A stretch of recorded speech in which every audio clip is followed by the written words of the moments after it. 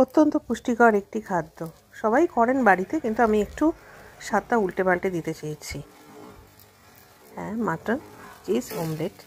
তবে গল্পটা বলছি, আমাকে ভুল বুঝবেন না প্লিজ। 3টে ডিম দিয়েছি আর চিজের ব্লকগুলোকে ছোটো ছোটো টুকরো করেছি আরও একটু পুষ্টিকর করার জন্য, যেহেতু এটা ছেলের মুখে তুলে দেবো।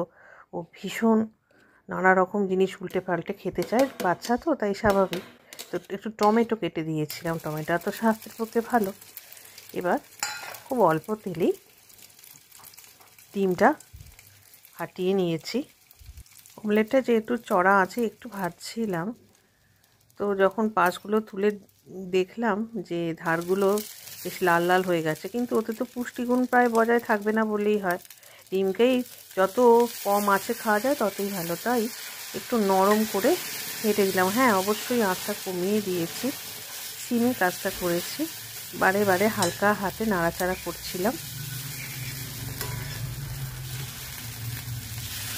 এবং করেছি খুব কম আছে, কারণ টমেটোটা যদি ঠিকভাবে রান্না না হয়, টমেটোটা তো থেকে কাঁচা গন্ধ ছাড়বে। এরপর একটুখানি, খুব অল্প একটুখানি মাখন দিয়ে দিলাম এবং মাখনটাকে খুব কম আঁচে আস্তে আস্তে আস্তে আস্তে গলতে দিলাম।